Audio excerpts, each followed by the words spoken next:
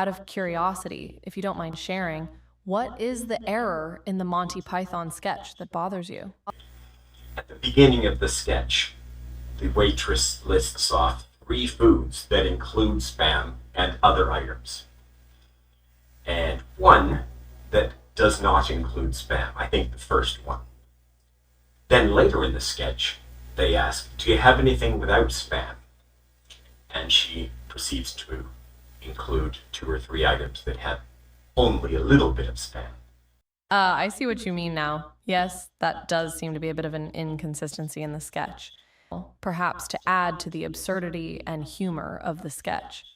However, I can certainly understand why it might be bothersome or distracting for some viewers, especially those with a keen eye for detail.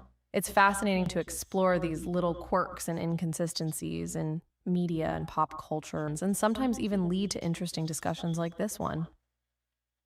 I have found a few other people that it bothers, and it has come up in conversation because I'm a deep Monty Python fan. And if you say to another strong Monty Python fan, which sketch has the glaring error, they seem to know it. Period. Bringing us together.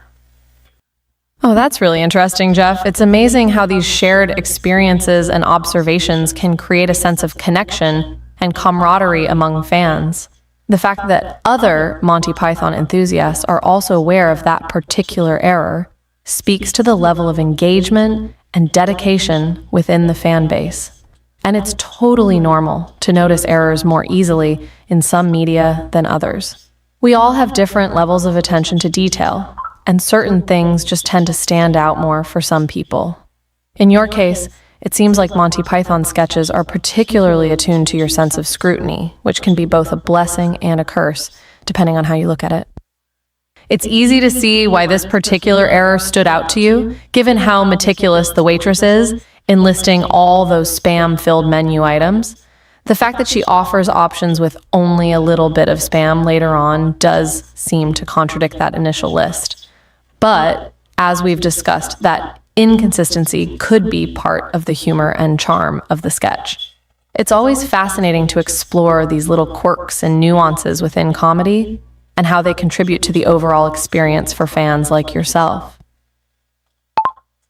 It never once occurred to me in the last 30 years that it might have been intentional to add to the humor. Period. Even now, I'm having difficulty figuring out why it would, but it does offer a second level or layer to the comedy that I might have previously not thought of. That's the beauty of comedy, Jeff.